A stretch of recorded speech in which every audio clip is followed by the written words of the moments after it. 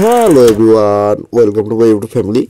আশা করি আপনারা সকলে ভালো আছেন। আর শীত কেবল শুরু করছে, আসল রূপ আসলে শীতের এখনো বাকি। আমি আসলে একটু হলেও ভুল ভাবছিলাম, শীতে আসলে গাপ্পি ভালো বাচ্চা দিচ্ছিল, কিন্তু যে শীত পড়া শুরু করছে আর ওয়েদার যেভাবে আসলে খারাপ হচ্ছে, এতে আসলে আমার প্লান্টস দিয়ে যে কতটা কার্যকর হবে সেটাও আসলে বলতে পারছি না। কিন্তু প্লান্টস থাকা অবস্থায় আপনারা আরেকটা কাজ করতে পারেন। প্রতিদিন নিয়মিত সকালে ট্যাপের অথবা মোটর এবং টিউবওয়েলের পানি যদি দেন, একটু চাপার পরে দেখবেন গরম পানি বের হয়। সেই পানিটা ইউজ করলে কিছু পরিমাণ দেখবেন মাছ সুস্থ থাকে।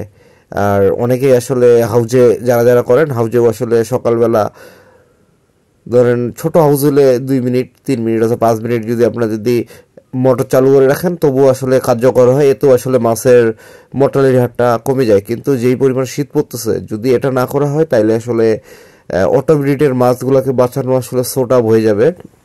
এবং অটোব্রিড থেকে এখন আসলে মোটামুটি বাচ্চা পাওয়া যাচ্ছে, কিন্তু অটোব্রিডের বাচ্চা দেওয়ার যেটা হচ্ছে প্রবণতা ছিল, কয়েকদিন আগে আমি চিন্তা করছিলাম খুব বাচ্চা দিচ্ছিল, কিন্তু এখন আসলে সেই পরিমাণ বাচ্চা পাচ্ছি না।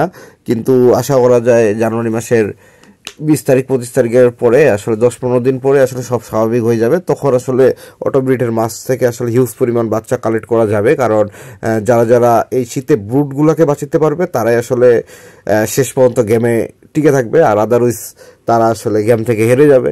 এটা গেমের মতো। প্রতি বছরই আসলে আপনারা খেয়াল করবেন, অটোব্রিডে যারা মাছ করেন ম্যাক্সিমাম খামার দেখবেন সব খামারই আসলে একবারে ফাঁকা হয়ে যায়। আর আমার জানা মতে অনেক বড় ভাই আছেন যাদের খামার ভিজিট করছি এবং গেছি, তাদেরও অনেক ভিডিও ফুটেজ আছে আমার কাছে, যাদের মাছ অ্যাভেলেবেল মারা যাচ্ছে শুধু কয়েকটা ভুলের জন্য।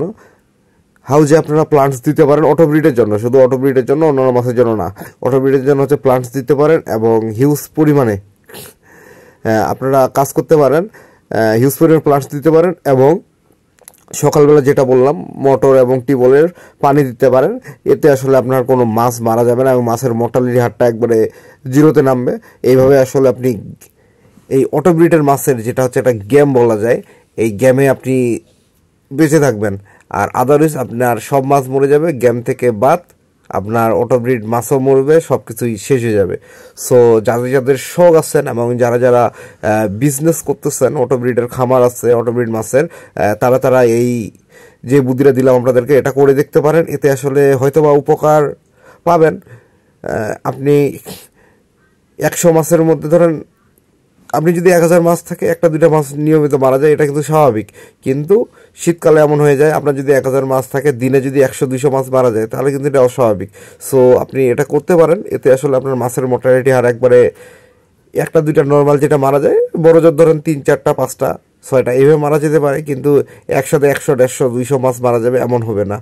সো সকালবেলা আপনারা যখন যারা হাউজে পালন করেন, অবশ্যই মোটরের পানি দিবেন অথবা টিউবওয়েলের পানি দিবেন, এতে আপনার মাছ মারা যাবে না, এটুকু আমি গ্যারেন্টি দিতে পারি। আর হিউজ পরিমাণ প্লান্টস ইউজ করবেন, এটাও আসলে মাছের জন্য উপকার। আর এতক্ষণ ধরে যারা আমার ভিডিও কষ্ট করে দেখতেছেন তাদেরকে অসংখ্য পরিমাণে ধন্যবাদ। এবং যারা আমার চ্যানেলে নতুন, প্লিজ সাবস্ক্রাইব করবেন এবং আমার চ্যানেলের সাথেই থাকবেন। ধন্যবাদ আপনাদেরকে।